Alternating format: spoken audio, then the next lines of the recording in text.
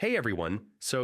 In this video, I'll show you how to export Canva designs for professional printing without quality loss. If your prints ever looked blurry or pixelated, this guide will fix that. First, log into Canva and open the design you want to print. Always start with the final version of your design. Before exporting, confirm the design size is correct and your images are high quality. Low-resolution images will always print poorly. Go to the File menu and turn on Show Print Bleed. This prevents white edges after trimming. Click Share, then Download. Choose PDF Print as the file type. This is critical for professional printing. Enable crop marks and bleed. These settings help printers cut your design accurately. Download the file and open it. Zoom in and check text, images, and spacing carefully. Quick tips: don't stretch images.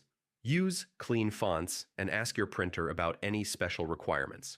Small details make a big difference in print quality. And that's how to export Canva designs for professional printing without quality loss in 2026.